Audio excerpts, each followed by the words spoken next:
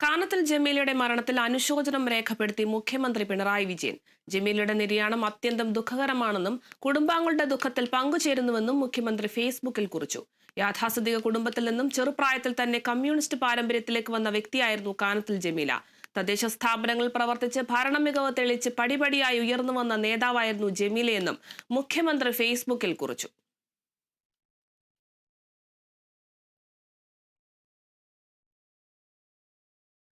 Koyilandy MLA. Kanathil ജമീലയുടെ നിര്യാണത്തിൽ CPIM സംസ്ഥാന secretary MV Govindan master അനുശോചിച്ചു. കാനത്തിൽ ജമീല MLA-യുടെ അകാലത്തിലുള്ള വിയോഗം വേദനാജനകമാണ്. ആളുകളോടുള്ള പെരുമാറ്റത്തിലൂടെയും നിലപാടുകളിലെ തെളിമയിലൂടെയും സവിശേഷമായ ശ്രദ്ധയാകർഷിച്ച വ്യക്തിത്വമാണ്.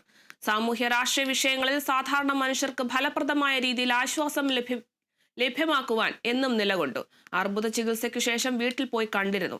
അപ്പോൾ വലിയ ആത്മവിശ്വാസത്തിലായിരുന്നു അവർ. സാധാരണ ജീവിതത്തിലേക്ക് തിരിച്ചു വരാൻ കഴിയുമെന്ന പ്രതീക്ഷയിലായിരുന്നു. ചില പൊതുപരിപാടികളിൽ പങ്കെടുക്കുവാനും സാധിച്ചു. ചികിത്സയിൽ കഴിയുമ്പോഴും മണ്ഡലത്തിലെ വികസന പ്രവർത്തനങ്ങളിൽ സജീവമായി ഇടപെട്ടു.